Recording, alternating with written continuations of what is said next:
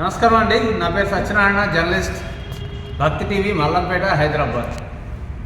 శివాజీ గారు, సినిమా నటుడు శివాజీ గారు ఒక సినిమా రిలీజ్ ఫంక్షన్లో మాట్లాడుతూ బట్టలు సక్రమంగా కట్టుకోండి, అందంగా ఉండండి, మన భారతీయుల్లా ఉండండి అని చెప్పినందుకు ఆయన మీద ఒకటే దండయాత్ర చేస్తున్నారు, విమర్శల దండయాత్ర.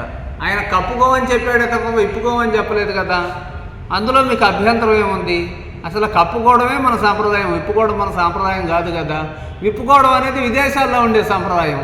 మనకు మన సంప్రదాయం, మన కట్టు, మన బొట్టు మనకి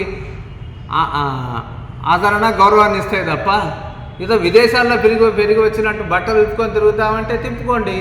దానివల్ల నష్టం మగాళ్ళకి కాదు, ఆడవాళ్ళకి. మిమ్మల్నే చులకనగా చూస్తారు. ఈ విషయం గమనించి భవిష్యత్తులోనైనా మీ ధోరణి మార్చుకుంటే మీకే మంచిది. లేకపోతే మీ ఇష్టం, మీరు ఇట్లానంటే ఉంటానంటే ఉండండి, మాకేం అభ్యంతరం. Thank you very much.